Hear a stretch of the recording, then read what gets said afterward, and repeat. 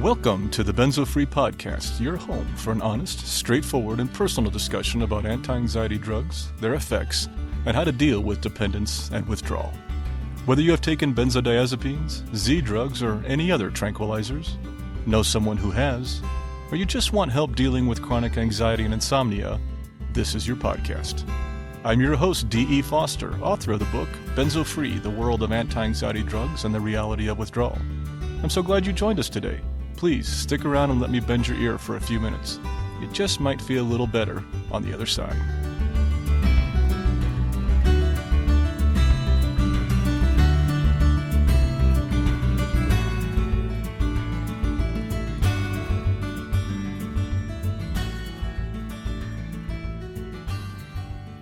Hello there, this is Dee, and welcome to episode 40 of the Benzo Free Podcast. You know, I feel like I just spoke with you. Since this is a doubleheader, I did just speak with you. Well, either way, it's great to be in your company again. I truly hope this episode finds you feeling well, or at least just a little bit better. Last episode, I spoke about the CNN special on benzos, and I sent out a welcome to any newcomers who may have just found us. Well, if you're listening to this one, then thank you so much for coming back. I haven't shared things about my life lately, so much going on with the podcast, I sometimes forget to just connect. And so many of you have told me how you enjoy that part of the podcast, and, well, I have to admit, I do too. Things are good here. Bear, my dog, is doing well with his treatment for cancer, and we're really hopeful that he will be with us for a while longer. Shanna and I have company coming in town from Texas. A good friend of ours, Jen, is coming to visit. I just love it when friends come to visit. And family too, but between you and me, especially friends. My recent wave of symptoms has eased, and I'm very happy about that. I'm still struggling with some anger and a bit of depression now and then, but that's normal, and that's what my tools are for, right? You know, I've had some amazing emails from some of you lately, including some wonderful discussions about coping techniques, about returning to the real world, and even about the hopelessness in the middle of it, and just wanting to know when it will all finally be over. I've said this dozens of times on this podcast, and I'll keep saying it.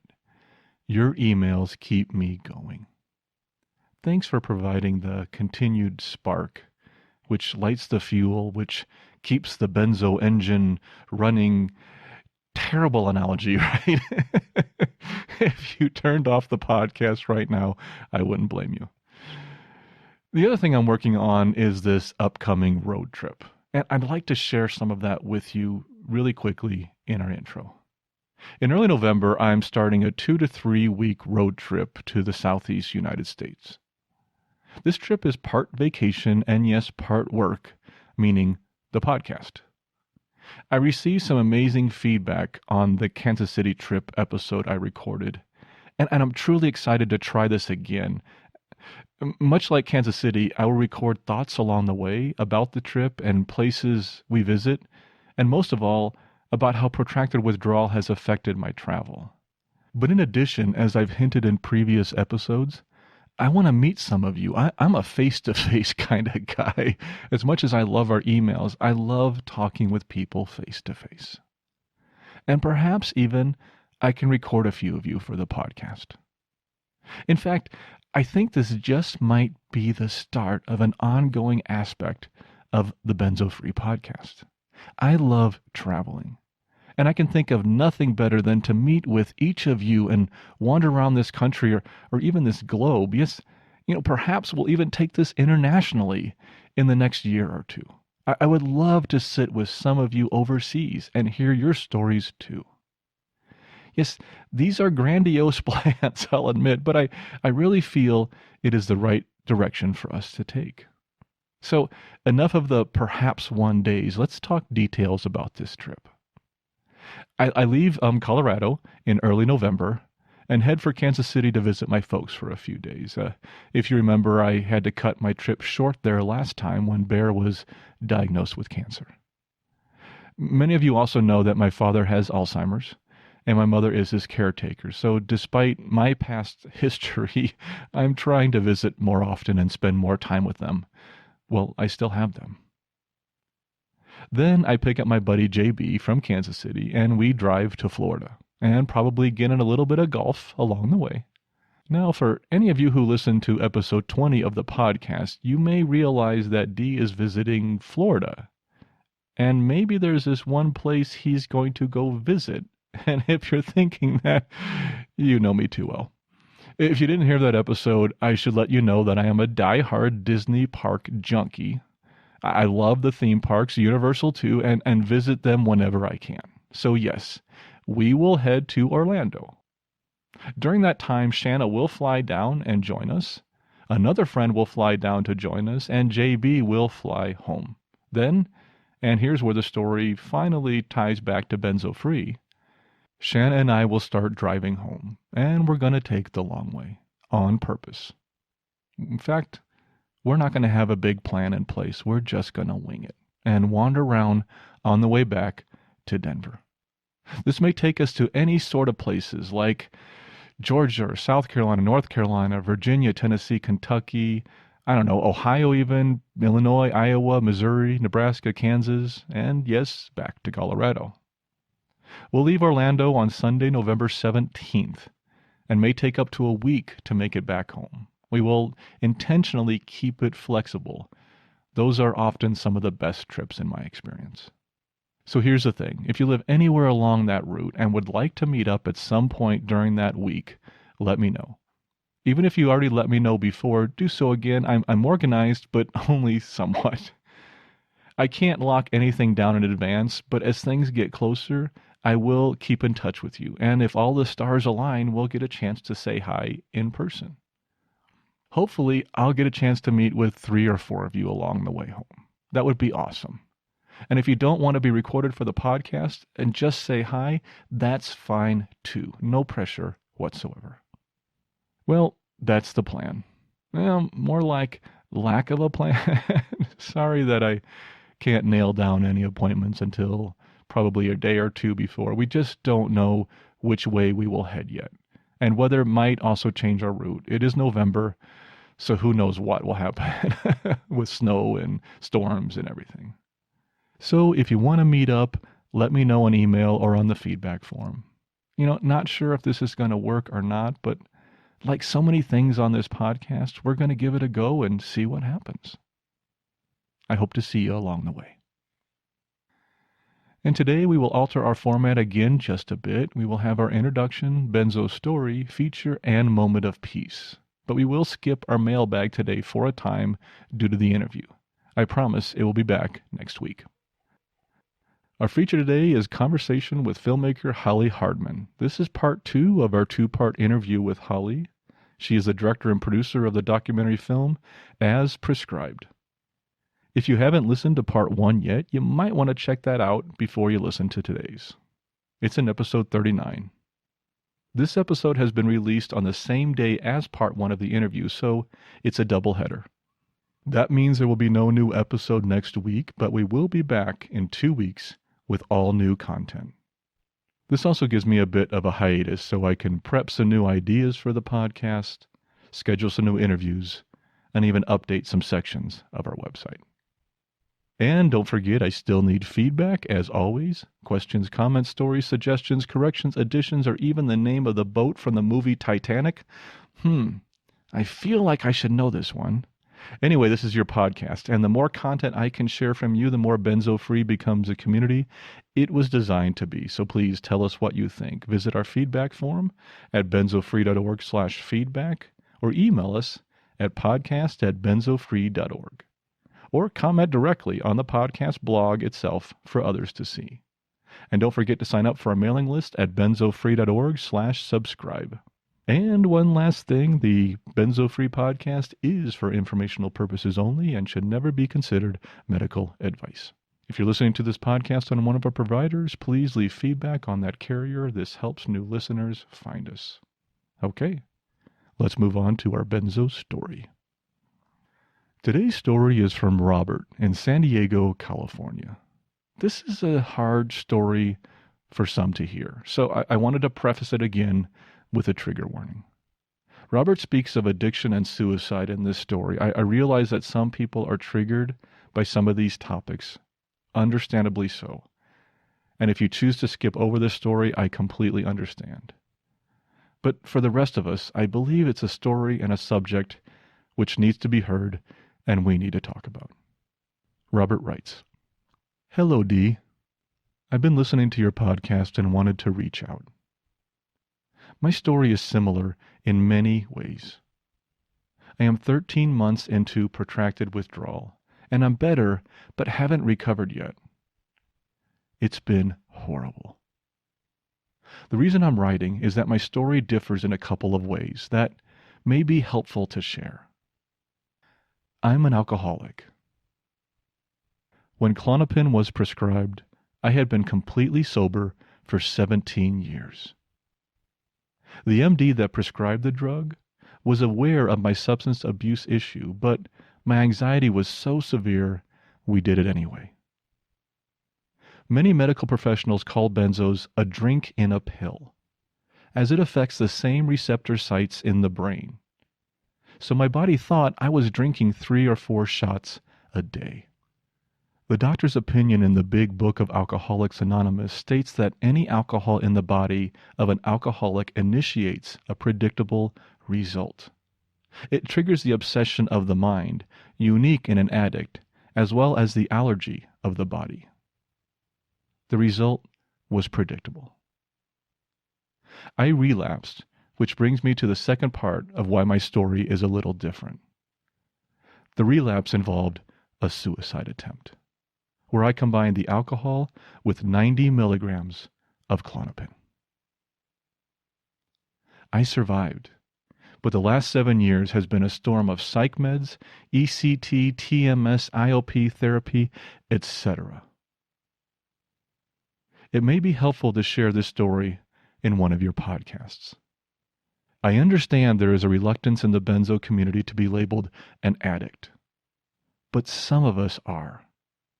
And secondly, suicide is something that I think needs to be discussed more openly. It's not understood, and the ignorance is costing people their lives. Certainly, suicidal ideation has been and continues to be a part of my recovery. And I find that stress triggers the damaged nerves in my brain, and the symptoms of withdrawal emerge in such an intense way that it triggers the need to drink. I'm fighting. I'm not drinking every day at all, but I'm not sober either. The people in AA don't understand. I don't fit there at this point, and so support from a community is lacking. I'm going to get through this. It's going to take some more time, but I expect it to continue to be hard on both me and my wife. Perhaps my story will help someone who's dealing with the same issue. Thanks for the work you're doing, Robert. Thanks, Robert. That's a hard one to hear. Thank you so much for sharing this story, but most of all, thanks for your honesty. Suicide is a difficult topic to talk about. But much like Robert mentioned in his story, it's one we need to talk about more often and more openly. And we're not going to shy away from it here. And we'll have more focus on this issue in coming episodes, I promise. Some people in benzo withdrawal have committed suicide, and others have attempted it, and others have thoughts of it. In fact, I've been working on a team with some people who have found some new evidence linking suicide rates and benzodiazepine use. I can't elaborate on it yet here, but I hope to soon once it is released publicly. We can't avoid this topic. Lives can be saved. And if talking about it might help, that is what we should do. But it also needs to be handled delicately and professionally. And I promise to try and do my best to handle it in that method. As for me during withdrawal, I never had real suicide thoughts, or I guess suicidal ideation. But I did come to the point where I understood how someone could. I wanted it to end, but something kept me going. My wife, my family, my friends. I wanted to stick around longer and spend more time with them, despite how bad this was. Soon after I started this podcast, I realized that I knew very little about suicide, and I thought I better learn something. So a local church held an evening class on QPR, and I took it. QPR stands for Question, Persuade, Refer. And it's a program designed to teach some basic tools to handle suicidal situations. An article in Psychology Today stated that QPR is like CPR, but for mental health emergencies. The author of the article said the following: "What's really interesting about this approach is that you don't have to be a mental health professional to use it. In fact, QPR is designed to train anyone how to offer hope and take action when they are concerned that someone may be at risk for suicide." I'll put a link to that article in our show notes, and for more info on QPR if you are curious. Much like CPR, this training can save lives. Even with that being said, I am not qualified to handle suicidal emergencies in a professional manner whatsoever, and I have to be careful with that. If someone tells me they are thinking of committing suicide, I will always try to refer them to a professional who can handle that properly. And I beg anyone out there who is considering suicide or knows someone who might be thinking about it to get professional help immediately. You know, we have a list of suicide prevention resources on our website from all around the world. In fact, I just set up an easy-to-remember link to that list, which can be found at benzofree.org/suicide. And if anyone knows of any additions to this list, please let me know and I'll be happy to add them from anywhere around the world. But let's get back to Robert's story. Rarely is life nice, neat, and wrapped up, with that perfect little bow. Life is messy, damn messy. And for those who are dealing with benzodependence and withdrawal, it's never the only thing we're dealing with. Some of us have chronic mental health problems. Some have anxiety issues. Some are polydrugged and have been prescribed 3, 4, 5, even 8 separate psych drugs at the same time. Some are out of work or all alone or on the street or in a toxic relationship. Some have abuse in their history. Some have OCD or a bipolar or have paralysis or any other of 1,000 complicating factors in a human life. We are messy, and the unavoidable fact is that rarely is benzo withdrawal just about benzos. Robert is an alcoholic, and that addiction complicates his life and thus his withdrawal from benzos. I wish him the best in his healing, and I am so grateful for his courage to share his story here. For those of you who prefer we use the term dependence for benzos in our podcast, I agree, especially since that most often is the case. This is an important difference to note, and one we will continue to clarify every chance we get. But addiction can also be a factor with benzos, even though it may not be the most common one. Those who suffer addiction on top of dependence need our help even that much more. Whether you are dealing with dependence alone, or with addiction and dependence, or polydrugged, or anorexic, or struggling with severe depression, or separated from your spouse, out of work, or have too much work, or addicted to binge watching The Bachelor, or even the Kardashians, or the NFL, or the World Cup, or WNBA updates on your phone, or with any combination of complications from thousands of possibilities that can be addictive or become obsessive in your life. These things complicate life. And every one of you is welcome here.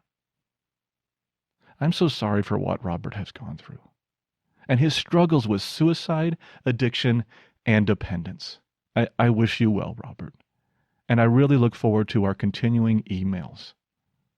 I've enjoyed them. Thanks. And don't forget, we still need stories. I have a few in the queue right now, but I would always be happy to have more. Just go to our feedback forum on benzofree.org/feedback to share your story, or send an email to podcast@benzofree.org. Now, on to our feature. Today, our feature topic is conversation with filmmaker Holly Hardman. This is part 2 of our interview with Holly. If you haven't listened to part 1, please do so first. It might make more sense that way. Today, we are just going to continue our conversation, just as Holly starts to talk more about her film, As Prescribed. So, yes, and as prescribed in our... Yeah, so tell me about the film and what the direction is. Yeah, we're in post-production now. Okay. And when I say post-production, we still have... I need to film basically four more scenes. Okay. And basically like wrap up information to really tag a few people's stories. And one of them is going to require 2 little sections. One is an unknown. If we can get this person to be interviewed, we're going to drop everything and make sure we can interview this guy. The other is in the San Jose, California area. That's a troubling story, and that's just a story we'll be finishing up probably this month or November. And then we have somebody in New York. We've decided to expand on a story. There's just like this, if we don't, there's just this question that people are going to have, so we need to answer that question. So we're working on sort of like actually in pre-production mode for exactly how we're going to make that happen so that it is effective, so that audience will say, aha, okay, that's what's going on. But not, it's not like a regular sit-down interview kind of filming thing. Right. And then possibly one more quick drop in and out of I don't even want to say where it is. Somebody. That's okay. Yeah, no problem. Yeah, and because that's where there's some privacy issues. I don't want to even understand. And then I'm sure that complicates a lot of things along the way with the filming process. Sometimes, yes. Okay. So we are deep in post-production. We've got over an hour of a rough cut edited. But so the reason we know we want to do these wrap-ups is because we know we're so much clearer on what the narratives are. The narrative, and then of course we're doing people's stories within, so they're sort of disparate. But it should all blend. One of the tough things with As Prescribed is when I started this production, I was going to try to keep it to just like 3 people. Okay. And this is going to be tough for the film, and we're going to get criticism. I didn't think I could serve the bigger story well if I just kept it to these few people and kept their stories sort of like in a vacuum, because it's so much more complicated. This whole thing, it's so individualized, and so we're taking a bit of a risk by embracing more stories within stories, and we just hope we do it well enough so that people are like, yeah, we know why they did it like that. We like that. We like that choice. Right. Yeah, and then of course, I'm always struggling to raise funds. Yeah, let's talk about that a little bit. I know you had first of all, you started filming, about 5 years ago? And I know some of the questions you get is why so long? I just thought that might be something you might want to address.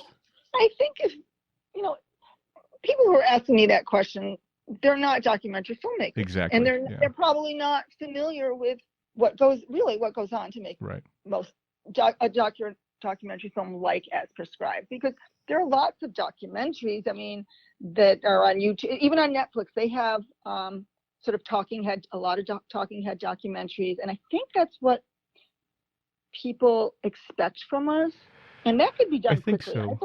I could have had that out in a year, I know. And we decided, I knew from the get-go that's not the kind of film I wanted to make. From the get-go, I wanted to make a compelling film that would lure in outsiders. Yeah. I wanted to make it interesting enough so that outsiders who might not care about benzodiazepine dependency, iatrogenic injury would just want to learn about something kind of fascinating and wrong and a social issue that needed to be paid attention to and told in a way that was convincing and inspiring. Mm-hmm. And you don't do that with a talking head. Let me tell you what No. it is. Well, I think you mentioned it quite well, which is with the kind of the YouTube generation, we do expect things to be put together quickly. And yeah, the reason I was playing devil advocate when I asked that question was because I mean, I've been on films that weren't documentaries that took us 10 years to get made. Yeah, So that's pretty it's just normal yeah, too. this is the standard in the film industry, Yeah, but yeah. so many people don't understand that. So I wanted to help you, address I that subject. thank you. Thank you so much, Dee. Yeah, it's important. And it is hard to communicate that. Yeah. So it means the world to me that you just did Oh, that. no problem. I can't tell you the number of times that I spent 3 years writing a script, even Yes, before I even got greenlit to start to go to production, and then production yes, was another 2 or 3 or 4 years, and yeah, and it winds up being stopped for 2 years and on pause, and then it picks yeah, up again. yep, yep. It's just the Um, business, and yeah, it's just good to let people know that there's a timing issue here, and it takes time. and we've kept production and post going. Anyway, I never felt as though with this project I could just drop it and then get back to it. I Yeah, have been steady with it, but it's still going at the pace it needs to go at. good. And I've been having a heck of a time raising funds for it. That's kind of interesting. Yeah, let's talk about that for a little bit. So where do you get your funding from, and how's that going for you? I think the benzo community in the past has been, sort of online people who can make smaller donations. Hmm. They've been great. We've sometimes raised as much as $5,000 in one, campaign.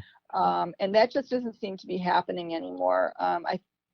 I'm not sure why that is. I Hmm. feel bad about it.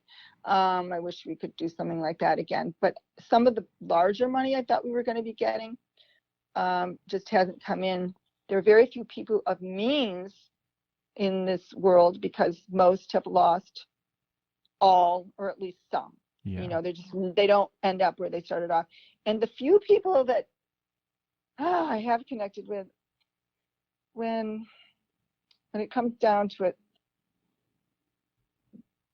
they've wanted the film to be about them. It just I kind of like, understand. Okay, no, I get that. Yeah, they have an idea of the narrative that they want you to take, and and they don't mean it. You can tell they'll say, no, I don't want this to be about me. And then the next thing you know, it is. And I've had that happen at least 3 times with okay. at least 3 people who could have just taken us all the way home with, Yeah. what we need Well, to and you finish. said it perfectly before. This is just too big of an issue, and there's too many variances, and people have different experiences. You can't tell it Yeah, through one person. that's what I've determined. And the thing is, I can't bring, how it works, especially for like PBS and a lot of Hmm. organizations and even film festivals. If they see that one of your big donors is in the film, that's an immediate, like, no, that's a Yeah. conflict of interest. You're Exact. not, you don't count. Yeah, that's a nice thing about documentary film. You have different ethics that you have to follow that for the rest of the film community. We don't have to follow them as quite as much as you do. Yeah, yeah, exactly. Yeah, if you want to be in that world of like the top film festivals and everything, Yeah, there are business practices there that are. you Yeah. adhere to, and Yep. it just makes we make better documentaries that way. I agree. And let's talk a little bit, if you don't mind, about the Massachusetts hearings. You Oh, sure. filmed, I think, a couple different ones of those. And how did that go? Was it difficult? And what type of how does that feed your story and your documentary? We filmed 3 of them, and then one on the opioid um, crisis with Oh, good. benzodiazepines brought into the conversation. Okay. Let's back up real quick and say what the Massachusetts hearings were about, just in case people don't know. Okay, one of the people we've been filming, and then another one who's joined us, joined us as we went along. It's Geraldine Burns and Sonia Seiblo. Cyber, yeah. They are involved with advocacy Hmm. for legislation in Massachusetts, to basically asking something pretty simple: tell people about the dangers, tell people about the risks. Yeah. Don't So just hand informed them the consent cameras. type of. Informed Yeah. consent, something along those lines. And this, when the first day I interviewed Geraldine Burns, she brought this up, that she wanted to have this legislation. And she said, and now we've got this film, and like we can get attention. And Representative Paul McMurtry came over, and we sat in her living room and filmed him talking about, yes, I think I'm going to be able to do this. So the next thing you know, in January they filed, and we filmed the actual filing.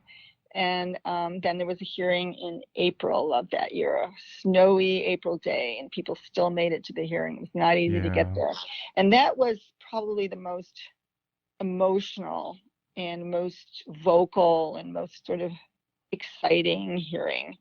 That was the hearing in which this, like, a panel of 6 total, I think, psychiatrists from the Mass Medical Society came in and spoke out against the legislation. But so many people who knew what benzodiazepine injury was got up and spoke about their own history, about their members of their family, and it was effective. And then next session, but it was sent to study. Nothing happened with it. The Mass Medical Society was so successful, and I don't want to say too much, but no, we're still protected, as members of the Fourth Estate and freedom, of the press. Right. So to some degree, but this last the hearing we filmed in September, my rights were taken away from me, and that's something I don't know if I want to address that, what I want to do about it. Understand. So just say we were not treated the way you're supposed to be treated if you're just collecting information so you have a record of the truth. That's what we're supposed to be able to do in a public hearing. Right. And the heads of the committee took that right away from us. We were very much restricted. The last hearing was a ridiculous restriction, but you take what you can get under the circumstances. I didn't want to fight it and lose everything. And then 2 years before, it was fair what they wanted to do. There were people who did not want to be filmed, and basically one of the psychiatrists who came back who didn't want to be filmed. And I was like, okay, I get it. I won't argue that, but they still positioned us in a sort of a restricted area, and but they were nicer about it. And they were so much nicer about it, and little bits of swaying from that didn't alarm them. But this year, it was a different story. Now, the thing is, I'm sure we'll use some of the footage from this hearing. I don't know how anybody could have listened to the benzo survivors speak, or victims, and not be moved. And there had to be something where every member of that committee on some level, please, listen. I'm not so sure. One of the things that we found kind of disturbing was some of them didn't seem to be paying attention. That's the thing. In the other hearings, the committee members were listening. They were engaged. They were asking questions. That did not happen this year. I almost felt as though the Mass Medical Society might have already gotten the word in.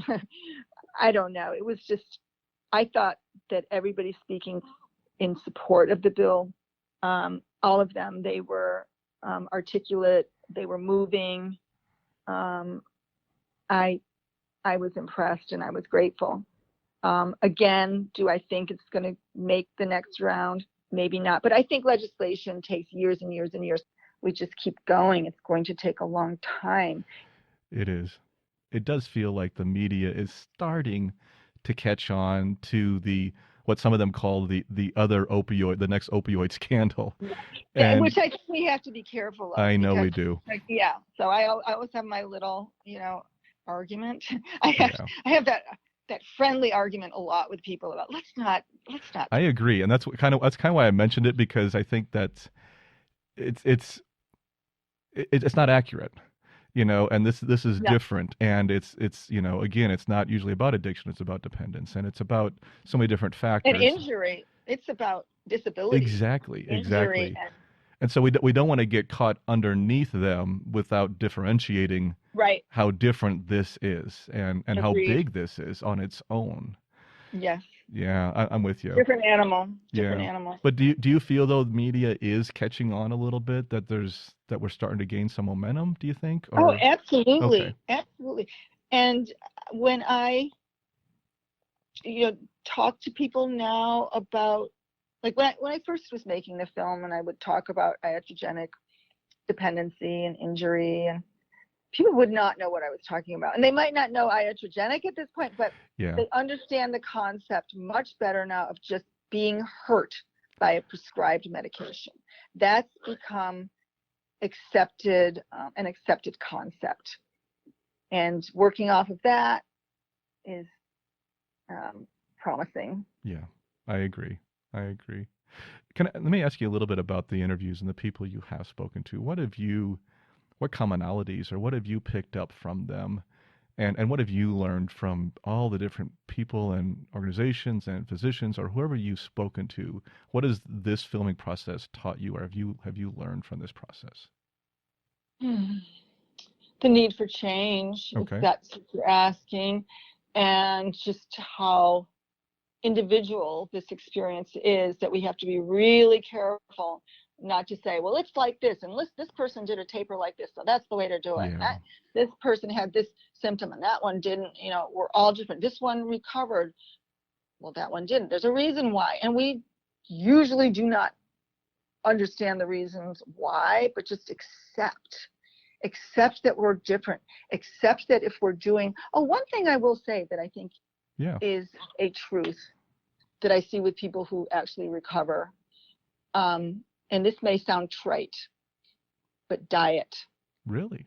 A Good. diet is key. You Okay. can't continue, because our systems are so devastated Yeah. that in order to bring it back online, it has to be gentle.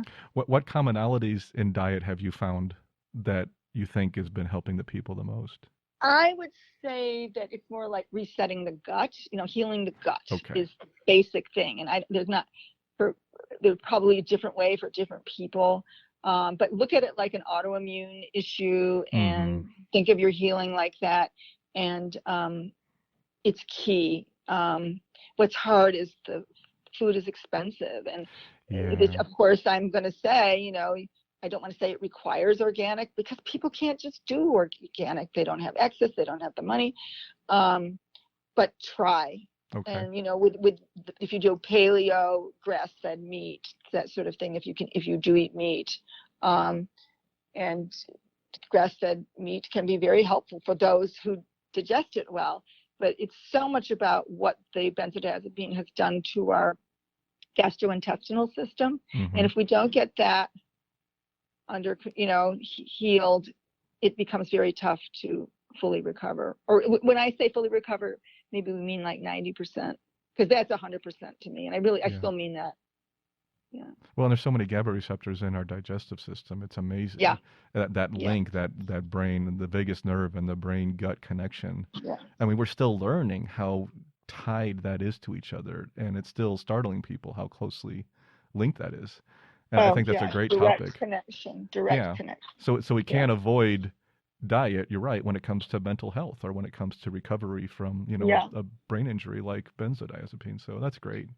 And of course, lifestyle. You and I know how much meditation helps. I mean, there are choices people can make for lifestyle that, you don't want to say, it's not an edict, but you can say, try some of these things that just might make enough of a difference where it's worth it.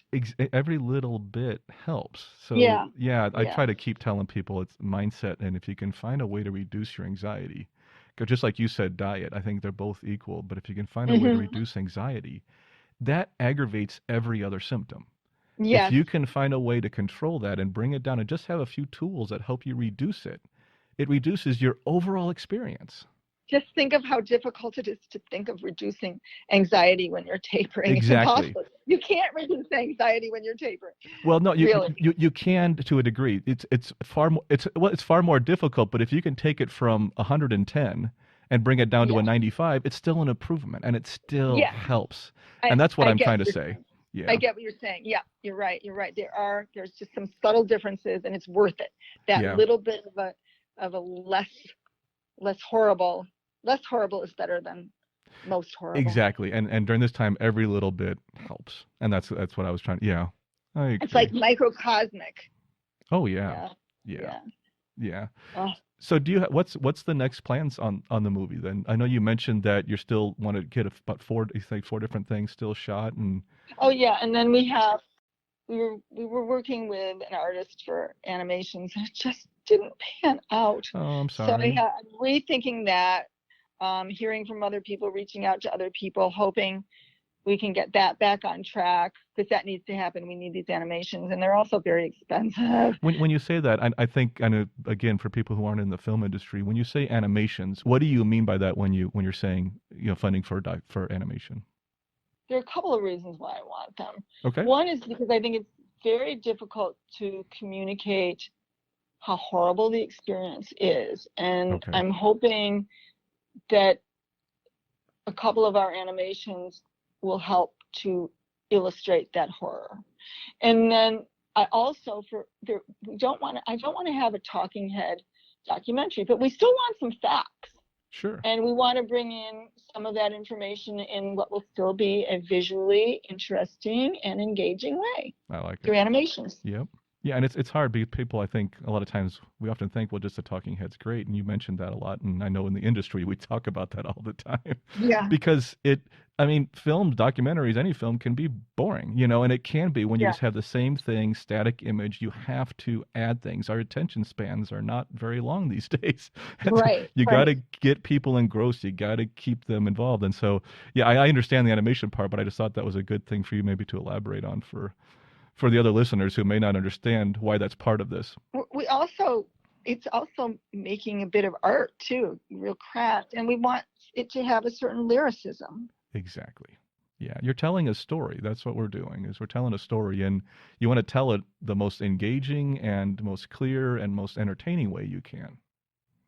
This is true. This Yeah. is true. The most effective. Yeah. We want people to walk out or turn off their laptops or whatever and think we care about these Yeah. people. So we care about this cause, and we get it. We get it. This is important. This is not something we should just say it's just like the disease of the day kind of thing. It's just, let's make it the disability of the year, and then Yeah, exactly. like Yeah, let's get the public conversation going. Let's yeah, really get it going so we can really make change. I agree. And as prescribed is going to be an amazing tool to facilitate that effort. I can't wait. I can't wait to see what you've done. I can't wait to see how you put it all together. And I hope that we can also have you back at that time too, when you Okay. finally Yeah. release and everything. We can help you promote whatever we can do. We're happy to help here at Benzo Free. I mentioned about things you learned and you got from different people and interviewing. But if you had Mhm. advice to somebody who's just starting their taper or in the middle of taper or having a difficult time, but people who are severely in distress with withdrawal. To keep faith in the Okay. process, just and find support. That might just mean finding a couple people on Benzo Buddies that you connect with. Try to keep it Yeah. positive. If in the Facebook groups, go into the Facebook groups that are positive. Try not to get involved in the negativity. Exactly. And that's a trick there. Yeah. Yeah, it is a trick. It is a trick. Just believe. B- believe in the process. Yeah. Other people who have been as sick as you made it. They did. Excellent. Absolutely. People who have been cold turkeyed, and it's an utter hell that they're living in, but it may take longer, but there is a healing that is at a certain point, just little Yeah. things to kick in, and you see it. I've seen it over and over. People who, at first, when I was first making the film and I was getting to know some of these people, I was thinking, this is impossible. How do they get better? They don't. And then I started encountering people and staying in touch with people who said, I actually turned a corner. I'm actually starting to feel a little like myself again, and I'm not tortured 24 hours a day. I'm still tortured, but it's so Yeah. I've seen remarkable recovery. My very first interview was Elizabeth McCarthy, and she cold turkeyed off 10 milligrams of Klonopin. Oh no. And she's recovered. I mean, it was hell, Yeah. but she recovered. Right. She's doing well now. She's working with other Good. people. And so I love Good. that you said there are people who have had it worse than you and have come out of this okay.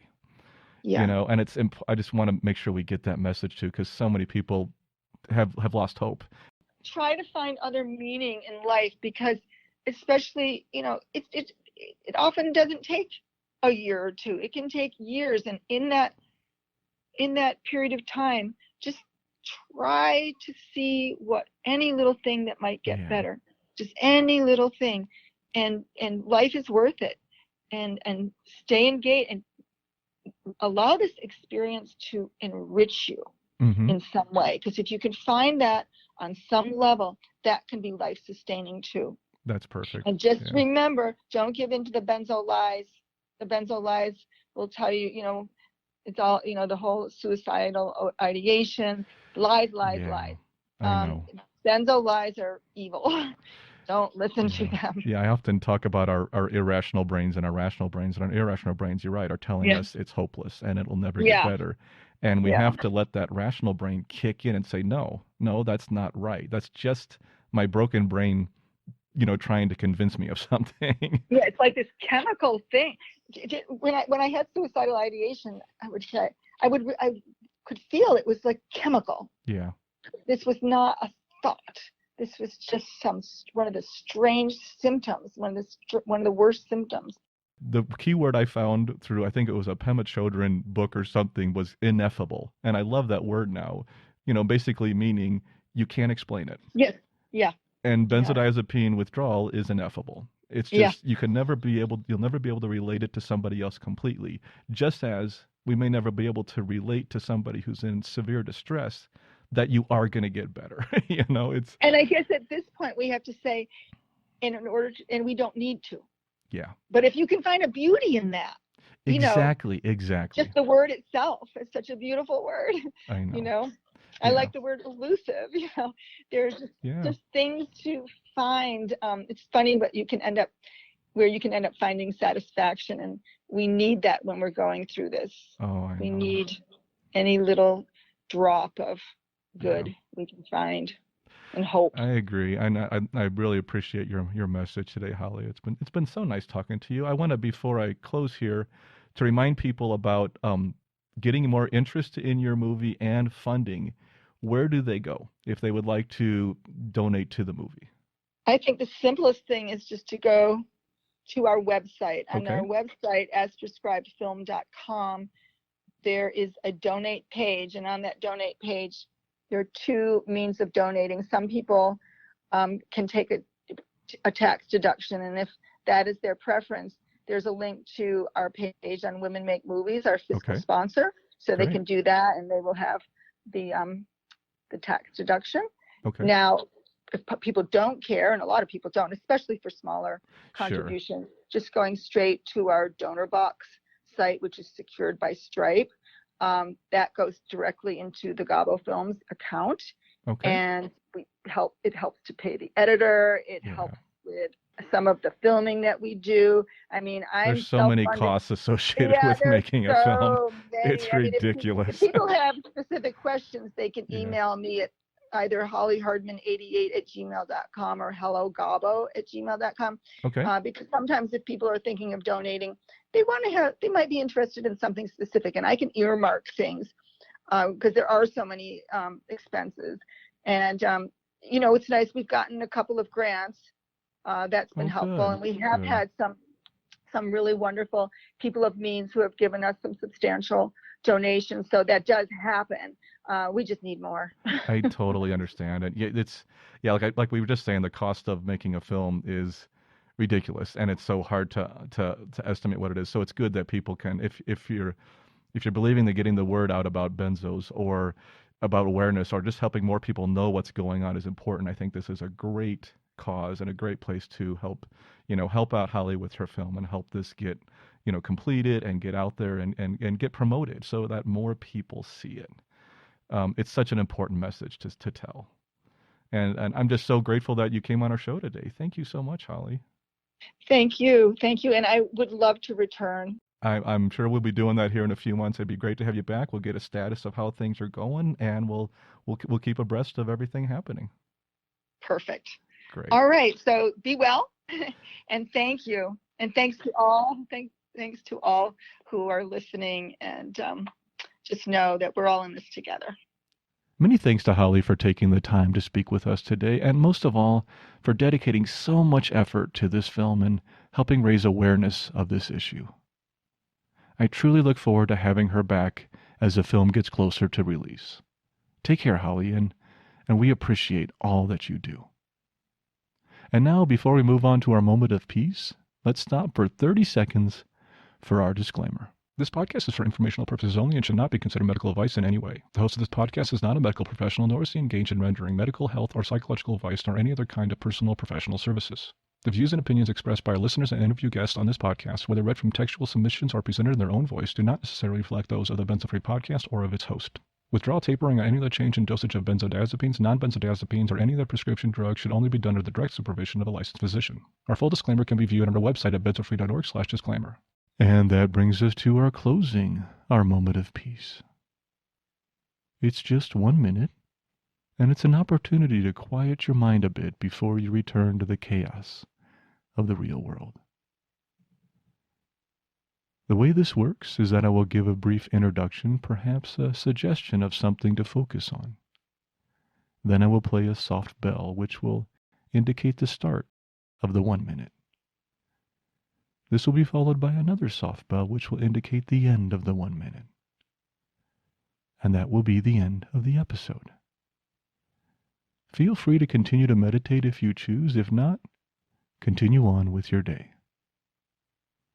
And please remember that you should only do this if you are in a safe place where you can close your eyes, relax, and let the world pass by without you for a minute. Today we will return to our listening meditation. This is another standard meditation which I have found quite effective. It can be done either in the standard sitting pose or via walking meditation if you prefer. There's no mantra for this one.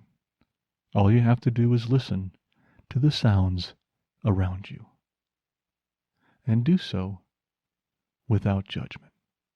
In fact, you don't even need to identify them. Just hear the sound. Enjoy the aesthetics of it, and let it soak in until another sound arises. That's listening meditation. I hope you find it enjoyable as I do. Let's get started. Close your eyes and relax. Take a deep breath in. Hold it for a second and let it out slowly.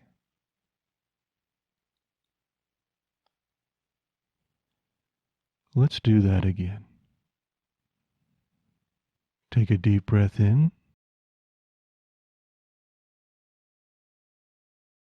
Hold it for a second and let it out slowly along with all the stress of the day. One more time. Take a deep breath in. Hold it for a second. Then let the breath out slowly, relaxing your entire body. Now just breathe slowly and naturally. And listen to the sounds around you. If your mind wanders, just gently bring it back to listening. No judgment whatsoever. Continue to do this for 1 minute.